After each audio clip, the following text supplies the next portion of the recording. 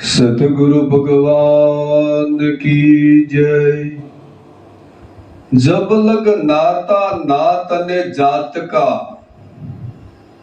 तब लग भक्ति होय नहीं। भक्ति करे कोई सुरवीर वरण, जात रहित होय। જ્યારે જ્ઞાન પ્રગટ થાય છે એટલે નાત અને જાતનું આવરણ રહેતું નથી, પણ જેને સમજણ ના હોય એને તો પાછું રહે, પણ સદગુરુની સમજણ જેને થઈ ગઈ છે એને તો કોઈ નાત જાત નથી, કોઈ ઊંચ નીચ નથી, કોઈ સ્ત્રી નથી, કોઈ પુરુષ નથી। આ બધું મટી જાય। આ સદગુરુનું જ્ઞાન છે સાહેબ। સદગુરુ એ સદગુરુ છે, પ્રગટ પરમાત્મા।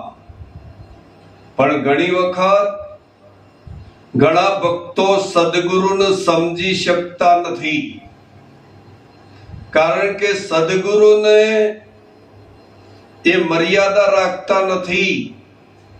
કેમ કે એમને જ્ઞાનમાં ખબર નહીં પડી। એટલે સાહેબ અમુક અમુક ચેલા તો એવા મળી જાય ને તો ઘાપો કાઢી નાખ્યું। સાહેબ આશ્રમની અંદર ગુરુ ને ચેલો બે હતા। ગુરુએ કીધું ચેલા બાર વરસાદ આવે છે કે નહીં આવતો જોઈ લે। ચેલો કે ગુરુજી આ બહારથી બિલાડી આવી, તમે બિલાડી ઉપર હાથ ફેરવો, જો ભીની હશે તો વરસાદ આવતો હશે અને હુકી હોય તો નહીં આવતો હોય। ગુરુ કે આ મારો લુગડો લઈને જાય એવો સારે। સાહેબ સદગુરુએ બીજી વખત કીધું કે હવે આપણે લાઈટ બંધ કરી દો આશ્રમની। આ ચેલો કે ગુરુજી આ લાઈટ બંધ કરવી એના કરતા તમારી આંખો બંધ કરો, મૂળ તો તમારા અંધારું જ જોવા શકે। ગુરુ કે આ મોના એવો નહીં લાગતો।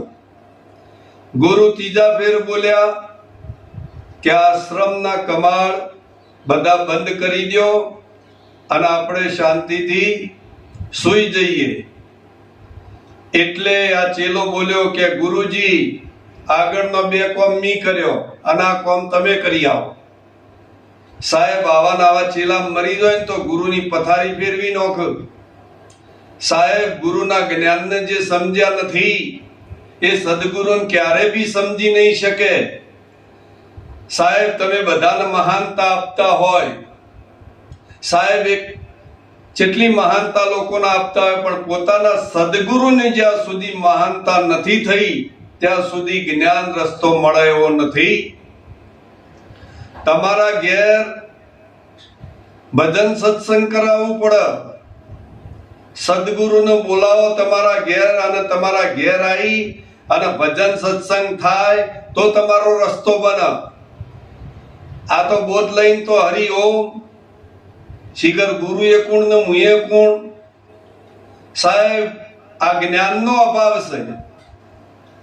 આ જ્ઞાન નહીં થયું એનો અભાવ છે।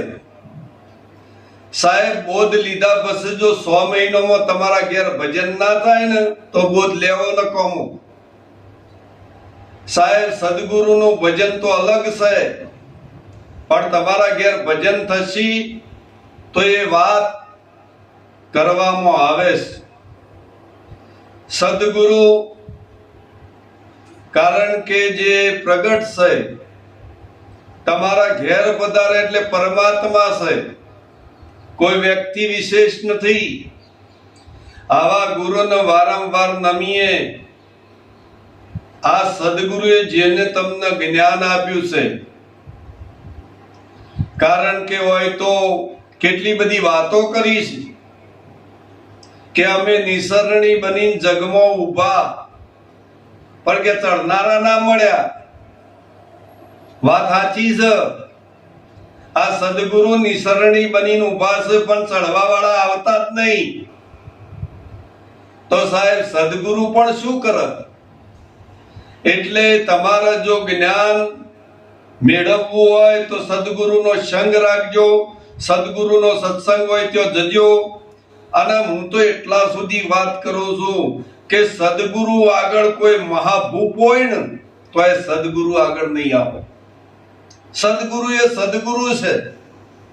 સદગુરુના તોલે ના આવે ત્રણ લોકમાં, જેની વિશ્વ વિચિત્ર છે ભાત. આ સદગુરુના તોલે કોઈ નહીં આવે.